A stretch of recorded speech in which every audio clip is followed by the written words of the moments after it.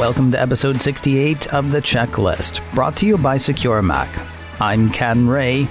I'm Nicholas Raba. And I'm Nicholas Tacek. This week, we would like for you to keep an ear out. We're currently in the thick of the holidays. For a lot of us, that means more time with friends and family.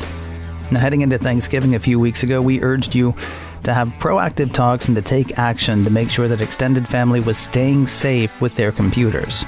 This time around, though, we want to look at ways that some of the older people in our lives might be targeted. We're not suggesting a big talk this time. Rather, we want to tell you some ways that they may be targeted, so you can keep an ear out for trouble. Today we're looking at some common scams, we'll play a few games, and we'll talk about some ways that they can stay safe. Now, I feel like I've said the words IRS scam on this show. Well, I know I've said them more than once, but this really does seems to be a very prevalent one these days. Yeah, it's kind of an easy way for the criminals to try and make some easy money. They call you up. It's usually a robocall, so it's a recording. It says, "Hey, we're the IRS. Pay us money or you're going to jail." And actually, my dad recently had that exact scam call, and he laughed because, in his words, there's no way the IRS would actually talk like that. Just like the way the words they use, like, "We're putting you in jail unless you pay us," I think is actually what he said, the recording said. So he just laughed and hung up. And he was already aware that those type of scams existed. But for someone who might not be aware of that, or, for someone who might have filed their taxes themselves and weren't quite sure about some of those deductions, maybe that type of scam call is enough to scare you into giving up information. Think of the idea, like, guilty conscience going on there. Like, oh, maybe I did mess up. Yeah. You know, I could fix this for $200, for $1,000, for whatever it may be. That actually is a tactic that we've seen before, and this isn't necessarily related to targeting elderly people, but I think it was a few years back on porn sites that had infected ads. They'd do pop-ups saying, "You're looking at illegal porn. Pay us $1,000 or the FBI is busting down your door." So the same principle. You see that kind of message and you go, "Oh my God, was I doing something illegal? I better pay up." And that's kind of the similar type of scam, just in a little bit different context here. Well, and those, and they also play on fear. Certainly there's the urgency. Like, you get a call that says, "We're coming for you in 24 hours. Okay, there's urgency there. But also, the IRS is scary. The FBI is scary. They are, and they shouldn't be necessarily. It's just, years of television and books and jokes, have made both of these organizations things that even people who are doing absolutely no wrong. Those 6 letters, FBI and IRS, it can certainly strike fear in the minds and hearts of people who aren't even doing anything. Definitely.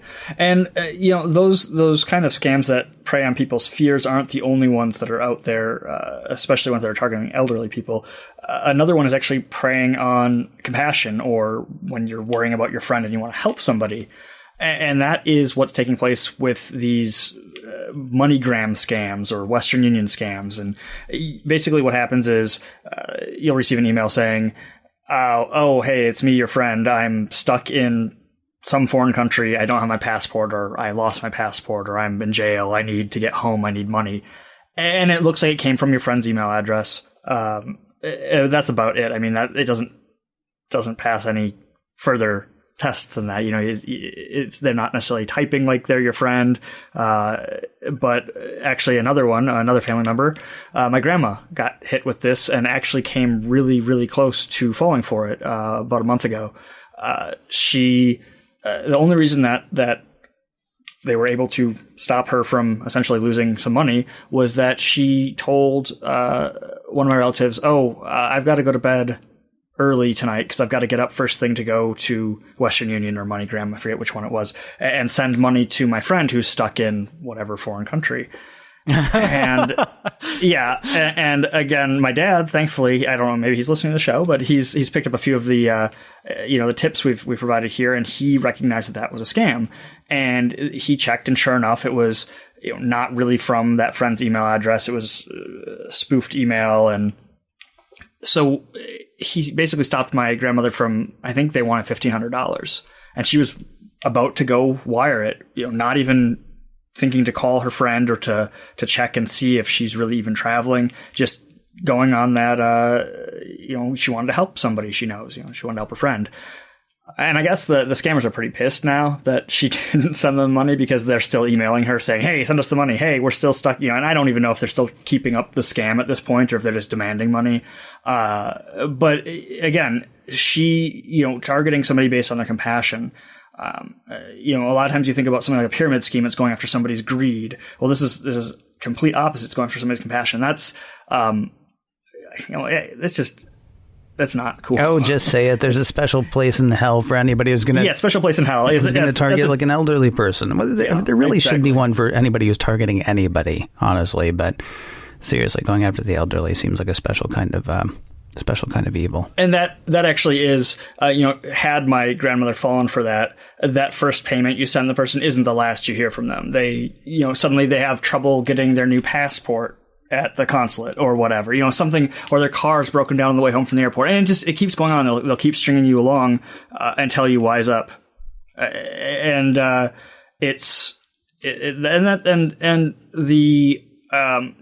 not even necessarily just, those types of scams. There was recently here, where I live, there was a lady who fell for, it was a man in a foreign country who she fell in love with online, they talked, whatever. And, she wanted to meet up with him, and she wanted to marry him or whatever. And she was older. She was, I think her previous husband had died. And, long story short, it was a scammer. Of course, the person didn't even exist. They were using stolen photos online to pretend to be someone else. But every time that she'd asked to meet with him, he would have an excuse like, oh, my car broke down, or, oh, my kids are in the hospital, or something. And she ended up getting strung along for, I want to say it was tens of thousands of dollars before she ended up essentially going broke. And then finally, I don't know how she realized it wasn't real, but somehow she finally did. And I mean, there's a news story on it out here. So it's those are other things to be aware of, especially if there's an elderly person in your life who is lonely, who's looking for a relationship online, just that those things might also not be what they appear to be. And this goes back to, I think, the kind of thing that we were talking about, the kind of thing that I was talking about at the beginning of the show. I mean, you don't want to, you don't want to be like the FBI or the KGB. You don't want to, be bad cop, and interrogate all of your family members about what's going on in their lives. Just keep an ear out. And then ask a few questions, not probing questions, or not insulting questions. Like, do you really know what you're doing? But more like, oh, tell me more about this guy. Because it won't take long to find out that, or this woman for that matter. I mean, it's not just a guy thing. Tell me more about this person. And it won't take long to find out, well, we haven't met yet, but we've been talking and blah, blah, blah, and this happened. Exactly. And there's lots of talking going on the internet, whether it's based on chat programs, web-based, video games. There's so many things that people love doing in their spare time. And when you're older, sometimes you have a lot more spare time. So you build relationships with those people. And do you really trust them? Well, hold on, because I know we're going to get to games in a second, but we still got some other stuff that we wanted to get to first. I know that what we've been talking about right now, I don't want to say they're targeted, actually, because yes, a lot of times they will appear to be targeted because they'll seem to have your name. But then you think about things like the IRS scam that you were talking about, where, you get a robocall and they leave a voicemail that says, do this, do this, do this. I mean, again, I think, and we've talked about this plenty of times with the scams, that's a numbers game. I mean, it doesn't take a lot to, record a message, do a robocall, and then tell people where to call back. And if only 1 in 100 people actually calls back and pays the amount that they say, I mean, that's still money, because then if it's 1,000 people, then you've got 10. Right. And if it's, I can't keep doing math. I'm sorry, because it's not my forte. But my point is, I mean, they're not targeting somebody at that point. I would think the same would be said, obviously, for, like a lot of pop-ups and things like that we're bumping into online. Exactly. That kind of appeal to authority where, you're hearing from who you think is the IRS or the FBI. So you're going to follow directions because that's kind of ingrained, it's the law. You follow their directions. And in the same manner, and this isn't even necessarily something that affects just elderly people. If you haven't grown up using the internet, if you haven't been using the internet for years and years and years, and kind of if you can't automatically filter out ads, if your brain doesn't automatically kind of just ignore them, it's really easy to fall into a trap where you see a banner ad on a website that says, click here to get XYZ, and you think, oh, I have to click this button in order to get what I'm looking for on the web. Be it a movie or a game or a download, so you'll have websites. For example, again, another example, my own family here, my in-laws have fallen victim to, they've fallen victim to a number of things. They've fallen victim to the tech support scams, which we've talked about on here before. But they also, this isn't even really a scam. This was, my mother-in-law was. Do you not talk to them about computer security at all? Oh, no, I do. I do. And they've gotten better, kind of.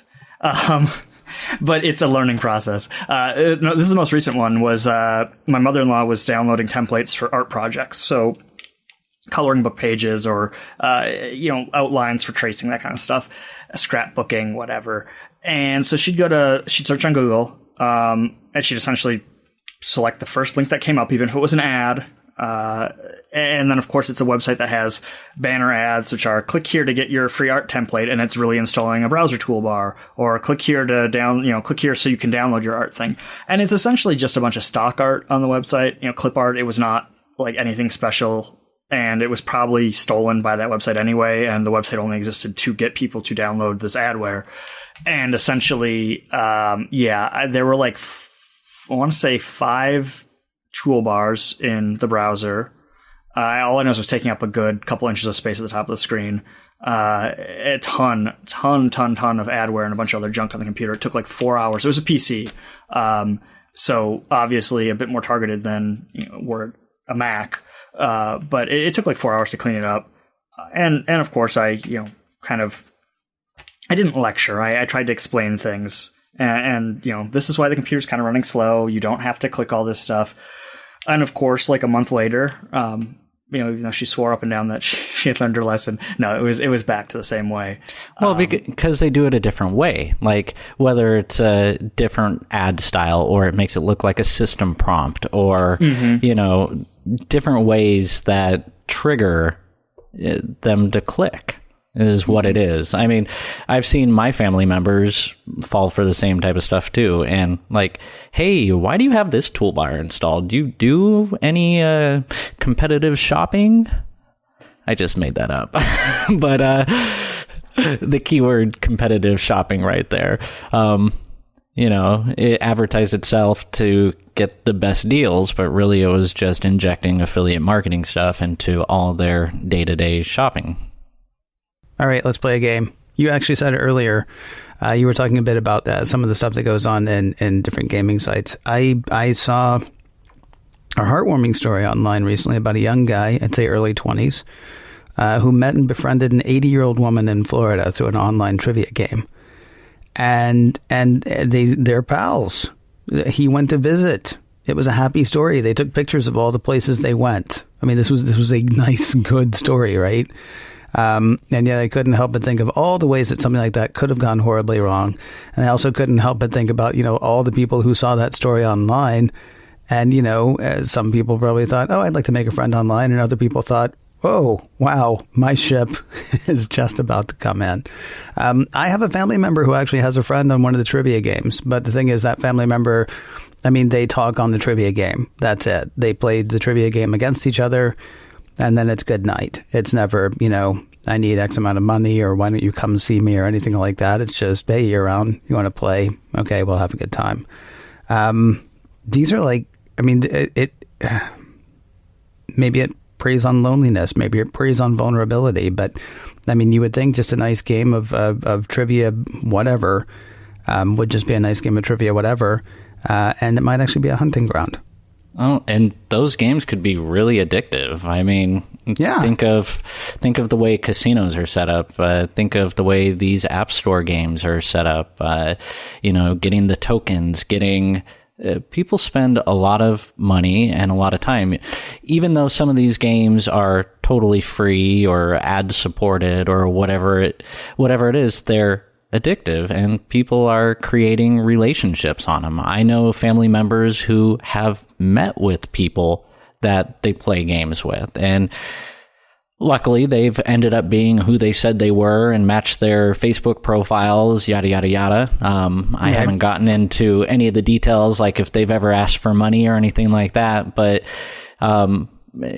even you talking about the 80-year-old woman meeting the 20-year-old guy, if that is just a awesome person, just being friendly, that's one of those feel-good stories. But I think there's a lot more fraud and scam type stuff out there than there is good feel-good stories. Oh, I don't know that that's true. That's the problem. And you see, I don't want to make everybody think that everybody online is out to get you. It's like everything else in life, right? You walk down the street, please, my mom will talk to anybody at any store. I mean, she just will, but she's also got her antenna up. Yeah. If something feels hinky, she'll walk away from it. I mean, I don't want to say that there are more bad people out there than good people.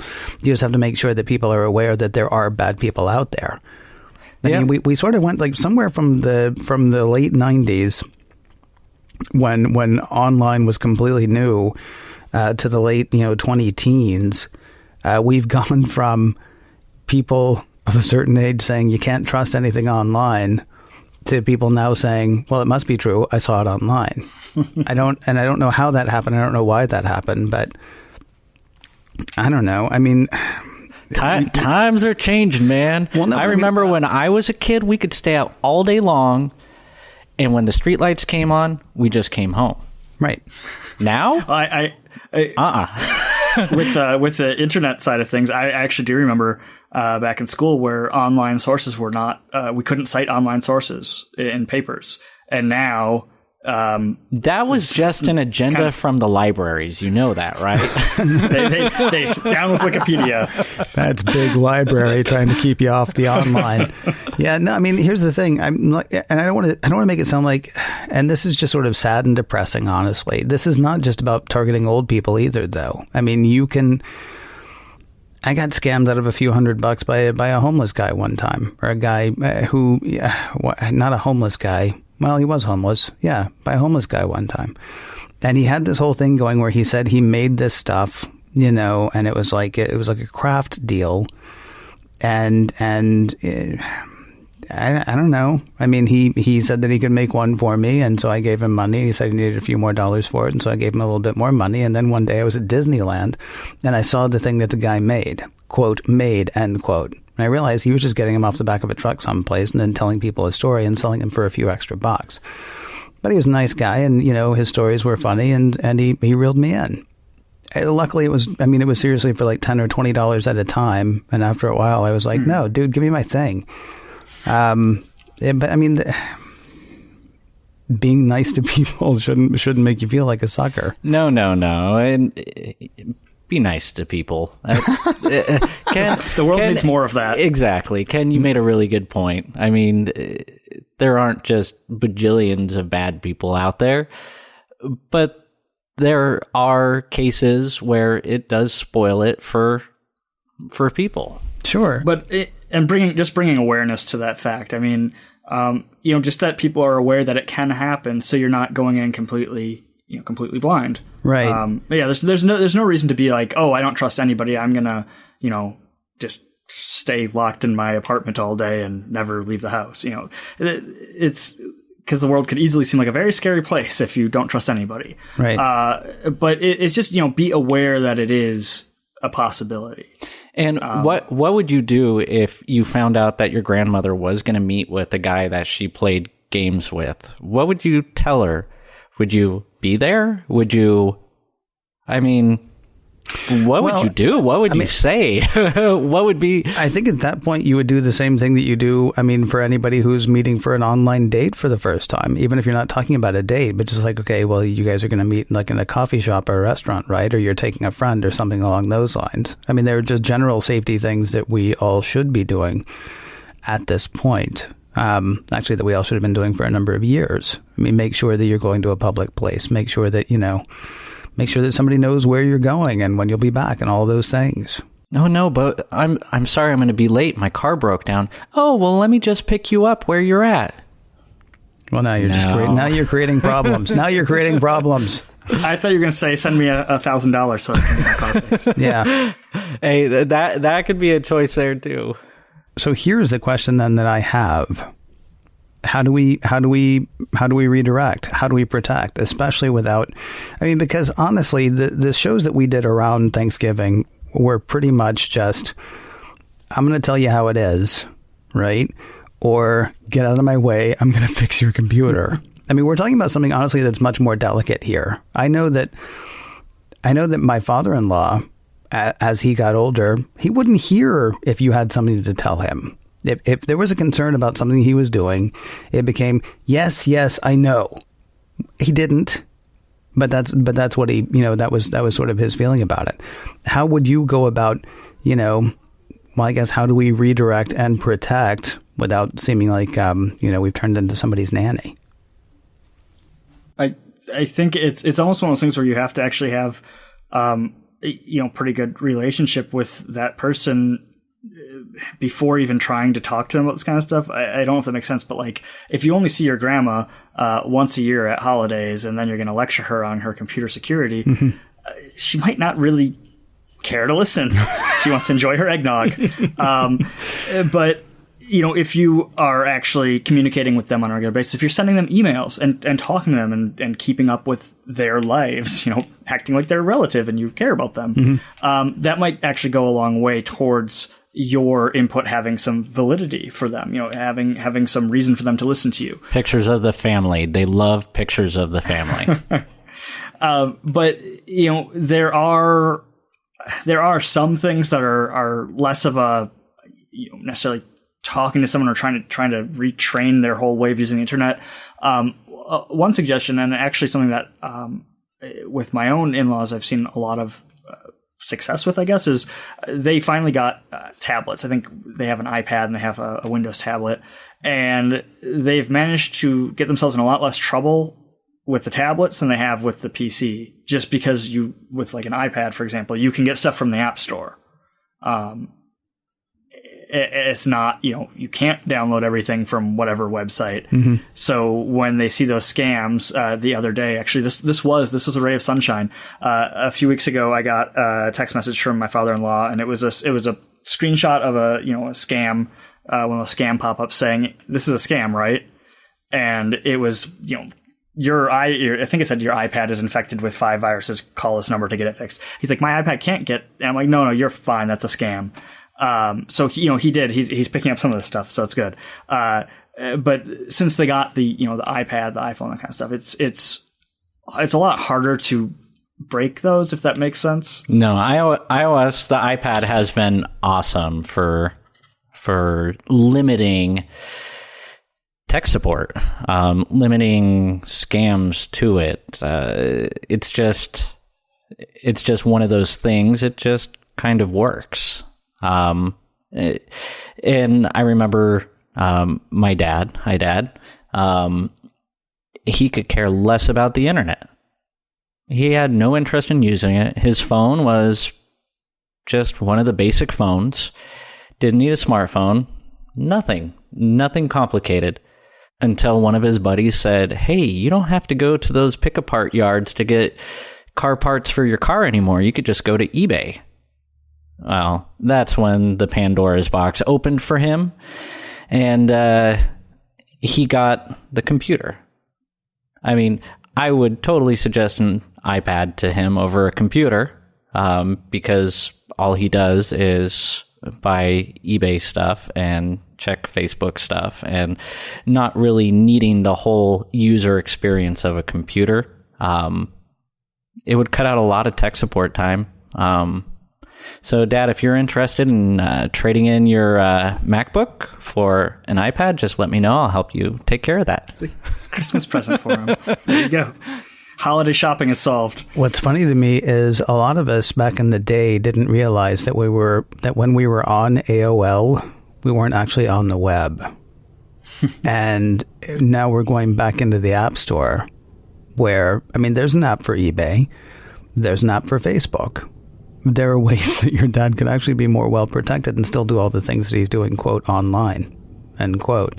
Because he would be online, he just wouldn't be on the web. And that's, you know, as Devo said, that's good. If you're going to be going online, though, I mean, if you're going to be sending people places, or if you're going to, I'm thinking about things like the craft site that you were talking about with your mother-in-law or your grandmother. I can't remember which earlier. Mother-in-law, yeah. Your mother-in-law. I mean, it may not be your bailiwick, but maybe you go and find some good sites for the kinds of things in which she's interested, right? Mm-hmm. So like instead of her going out to Google and just typing in, I don't know, cross-stitch patterns, you, Mr. Topcheck, may want to go online and spend some time looking for reputable, quality cross-stitch patterns that you can then go to her and say, maybe go here. It's actually something that I told myself I needed to do, and then I totally forgot about it until you mentioned it again. But yeah, that is something, you know, if you have somebody in your life where that would be helpful, find the reputable sites, make a bookmark, make a shortcut on the desktop for the computer, you know, make it something that's easy for them. So you say, here's how you get to eBay. Here's how you get to your cross-stitch site. Here's how you get to, you know, your bingo site. And you've picked out the ones that are reputable and safe. And that's, you know, rather than them typing something into Google, you know, Google can be really helpful, but it's also really easy to get yourself in trouble with it. So, you know, do the basic research first for them and then give them solutions. And that might, you know, some of them might be happy to have that. You don't have to be smart to use Google, but it would be great if you could be a little bit more savvy. I typed something into a search bar the other day, not for Google, but for another site. I typed something into a search bar the other day, and it gave me that result, but that result was second. The first result was almost a diametrically opposed competitor to the thing that I was looking for. And it's because they had paid a couple bucks. Mm-hmm. They had paid to make sure that when I search for the thing that I want, they could stand in front of it and go, hey, me over here, you know, which is kind of certainly a problem that, that's a problem again that anybody may come across. And people click on it. Sure. Because it's right there at the top, especially if it's in the nefarious ad and it actually looks like, luckily this one was easy enough for me to see that that's exactly not what I'm looking for. But, sometimes it might look a lot like the thing that you're looking for. And so you click on it because, well, you typed it into Google and it was the first one. So why not? Hey, if you want to revisit the points that we hit today, boy, have we got a website for you. And you can trust it. The website is securemac.com/checklist. There you will find notes for all of our shows from checklist number 1 all the way through to whatever number we happen to be up to at any given time. That address again, securemac.com/checklist. If you have a question you'd like to ask or a topic you would like to hear us hit, our email address is checklist@securemac.com. That address again is checklist@securemac.com. And if you can't remember that, please do remember this. You're listening to The Checklist, brought to you by Secure Mac. And we'll talk to you next week.